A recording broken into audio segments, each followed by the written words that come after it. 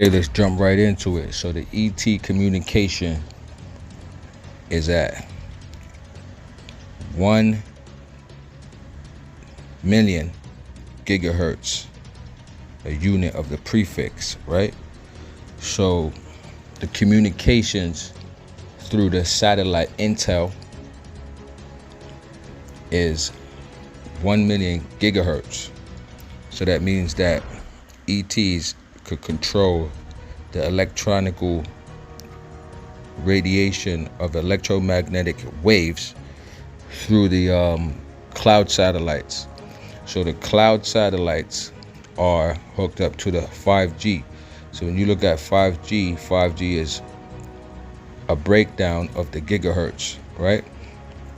That's why it has the G suffix. So if you look at the chart somewhere in the reel, you're going to see that the gigahertz comes under the electromagnetic radiation, right? But then if you move forward higher to the gigahertz unit of 1 billion hertz, you're going to see that the electromagnetic frequency for the megahertz and the kilohertz is approximately gamma rays, right? So you're looking at the ion gamma radiation. So this is why you have the ionization or the ion man, right?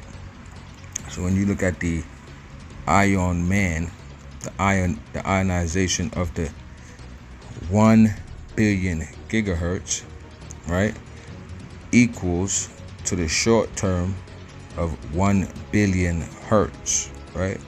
This might be going over your head. I don't know if you really, you know what you know about your decimals and the binaries on that. But as you can see in the real, we got kilo, mega, giga, terra, peta, exa, zeta, and yoda. Yoda is supposed to be the highest, and then the kilo is supposed to be the lowest. But in this diagram, they've inverted it evidently and put giga as the third highest, mega and kilo, right, as the top highest of the prefix name.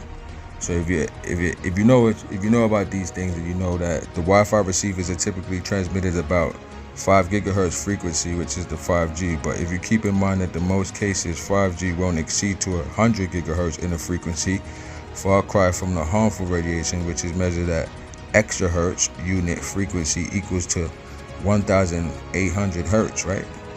But then you look on the